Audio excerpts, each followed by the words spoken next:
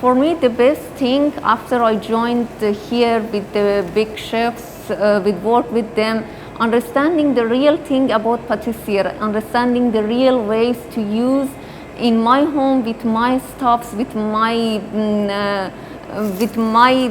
things at home, to use them in a professional way, in a right way, to achieve the good things, the nice results in my home.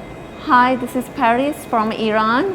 I joined to the ICCA first for amateur program to learn about patisserie. This was my passion that time, to learn more, to know the rules, the real rules there is in the world for making pastries, for making breads and everything. I came with the amateur program to learn about the basics, but during the course I feel I love to learn more. I love to see bigger future. I want to see the more ways to do the things in my home. Actually, I wanted to learn professional ways to use the structures, their true structures inside my kitchen.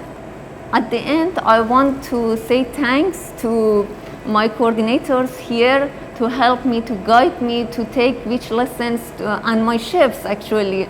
They helped me so much. They answered so many of my questions I had about the patisserie, and I had about how to use patisserie instructions in my life.